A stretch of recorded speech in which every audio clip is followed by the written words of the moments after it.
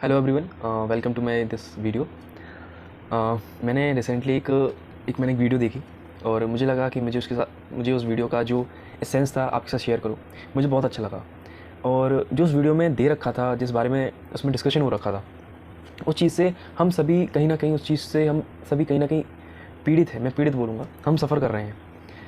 वो है disease of blaming करना। अपनी चीज़ों के लिए हम दूसरों को ब्लेम करते हैं कि जो भी मेरे साथ हुआ उसके लिए वो जिम्मेदार है, मेरे साथ जो हुआ उसके लिए वो जिम्मेदार है, मेरे साथ जो भी है उसके लिए वो रिस्पॉन्सिबल है। हो सकता है कि ये सब करके हम कुछ देर के लिए अपने आप को गिल्ट फ्री फील करें या फिर ये महसूस करें कि हमारी गलती नहीं है। कहीं ना कहीं हम अपने आप को एक झूठी सांत्वना दे लें, लेकिन उससे होता कुछ नहीं। ये हम सबको पता है, उससे होता कुछ नहीं है। एट द एंड हमें रिस्पॉन्सिबिलिटी अपने अंडर लेनी होती है, तभी उन चीज़ों को हम ठीक कर पाते हैं। ठीक है, हमें टेक ओवर लेना होता है अपनी रिस्पॉन्सिबिलिटी का। हमें एक इंसाइटफुल डिसीजन लेने होते हैं, एक्शंस लेने होते हैं, उसी के बेसिस पे हम कुछ कर पाते हैं। और ब्लेमिंग दे के हम सामने वाले को इन चीज़ों में अपने आप एक रिडक्शन करते हैं, हम उसमें कटौती और करते हैं कि हम चीज़ें ना करें, हम राइट डिसीजन ना ले पाएँ। तो अब मैं बात करता हूँ उस वीडियो की। उस वीडियो में दे रखा था कि उस वीडियो में बताया था कि मतलब मैं यहाँ पर रामायण का रेफरेंस लूँगा। तो मैं बोला था कि जब भगवान राम को वनवास हुआ, और दशरथ जो उनके पिताजी थे, उन्होंने कहा कि तुम्हें वनवास जाना होगा, तो भगवान राम ने नहीं बोला कि वादा आपने किया, वचन आपने दिया, मैं क्यों जाऊँ। जब वो वनवास गए होंगे अपने राजमहल को छोड़ के, तो जाहिर सी बात है जंगलों में अच्छा तो रहा नहीं होगा, परेशानियाँ आई होंगी। लेकिन उसके बाद भी उन्होंने उन परेशानियों के बाद कभी भी अपने पिता को ब्लेम नहीं किया कि आज मुझे ऐसी पीड़ा हो रही है, परेशानी हो रही है, इसके लिए मेरे पिता जिम्मेदार है। कहीं भी नहीं दे रखा।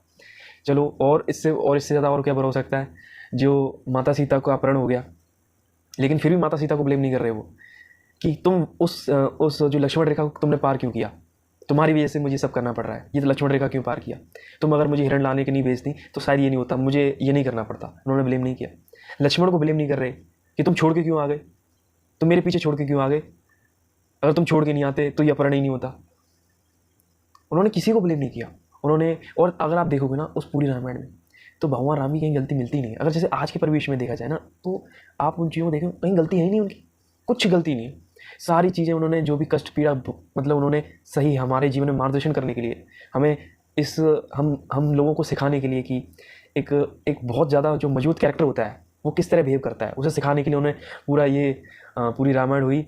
और मतलब उन्हें बताया कि किस तरह से परेशानियां झेली उन्होंने, और उनकी कहीं भी गलती नहीं थी। एक जगह उनकी कहीं गलती नहीं थी, लेकिन उन्होंने किसी को ब्लेम नहीं किया।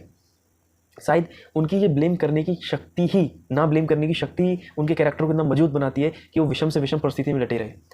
विषम से विषम परेशानी में उनके अंदर व्याकुलता नहीं थी। वो उनकी उनकी जो मेंटल जो स्टेबिलिटी थी ना, उसकी दाद देना बहुत गजब है, बहुत गजब है, बहुत। मतलब आप पूरी तरह से, हम तो बचपन में मम्मी पापा, मतलब बुजुर्ग लोगों के मुंह से, ठीक है, बड़े लोगों के मुंह से सुनते आते हैं रामायण को, हमें देखने का मौका भी मिला।